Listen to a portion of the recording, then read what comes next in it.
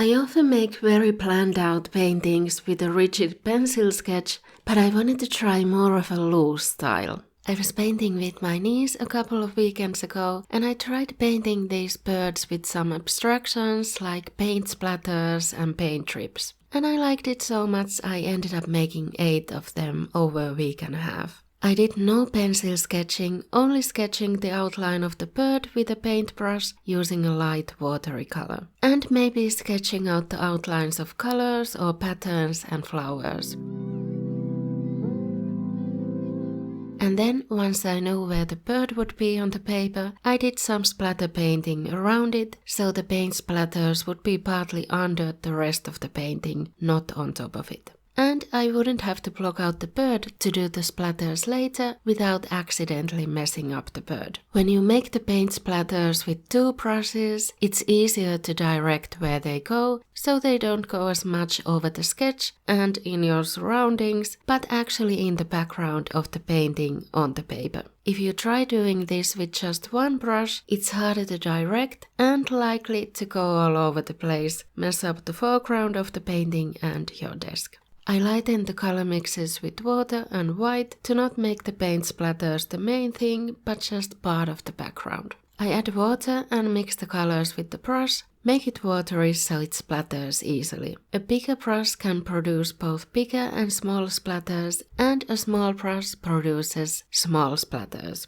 I don't mind if some of it ends up on the birds though. You can wipe the stray splatters off, but I let them stay and make them part of the painting. Even though I didn't make a pencil sketch, I still used reference photos. After making the first painting in this style, I wanted to make a little series of similar paintings, all with birds. And mainly birds I've taken photos of at the Heinola bird sanctuary and that I've also posted on Patreon. Either of live birds or bird taxidermy. So I guess the common theme is birds in Finland, but not necessarily native or common birds in Finland. For instance, the few mandarin ducks seen in Finland have escaped from captivity elsewhere in Europe and are originally from East Asia. I only used references for the birds, the flowers were more imaginary. I'd paint whatever fit or seemed to go with the bird. The next stage was fleshing out the bird and adding flowers behind it or around it to make the painting more decorative.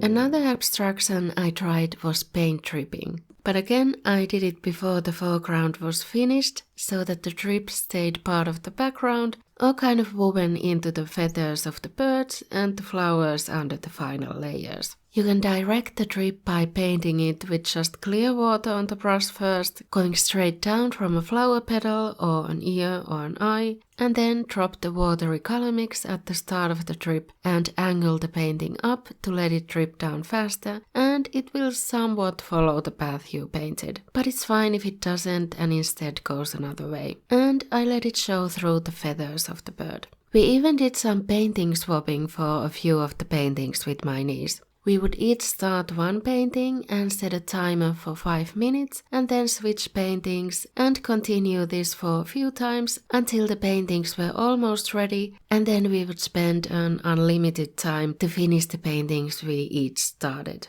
We were mostly painting with a kids' watercolor set we found at the reuse center with my niece, but I used Cotman and United Office watercolor sets for the long-eared owl I'm painting in this video. These paintings were also made on 3 different types of paper, because we ran out of watercolor paper while making them. So we used regular printer paper for a couple of them, but you can see this works on all of them. The printer paper just turns out more buckled. Finishing the eyes is one of the last things I do, making sure they have the darkest and lightest values of the painting next to each other. Pitch black pupil with the white highlight dots, either left unpainted as the color of the paper or using pure white paint on top, whether it's watercolor or gouache, if I accidentally covered the white of the paper in that area. You can have 2 or more paintings going on at once, so you don't have to take a break waiting for the paint splatters or paint strips to dry, but you can just move on to another painting while they're drying, or use a hairdryer to dry them faster. But that might also accidentally change the shape or direction they're going. If the whole bird doesn't fit, I'm trying to fade it out somehow at the bottom of the paper, or add some flowers at the bottom to hide the fact that the bird is abruptly cut off. I just noticed in the first paintings that cutting off the birds at the legs or the body looked a little jarring. I realized something was missing from the long-eared owl, because the eyes were orange, but there was nothing else orange in the painting. So I added some to the flowers to tie it all together. The eyes were at different heights, so I ended up fixing that with the white gouache and continuing the black rings around the eyes. Even though I'm hopefully fixing some of those issues as the series goes on, I'm still trying to make it cohesive using similar colors, flowers and style. This has been a nice break from the big acrylic painting I've been planning and prepping lately. These are a lot faster to paint and also take less time to plan. There's less thinking involved. And the improvement is also potentially faster. Not drawing and transferring a detailed sketch certainly speeds up the process. And for a simple topic like this, it kind of works. If you want more ideas for creating patterns on the backgrounds of your paintings, try the sun painting method from this video. See that?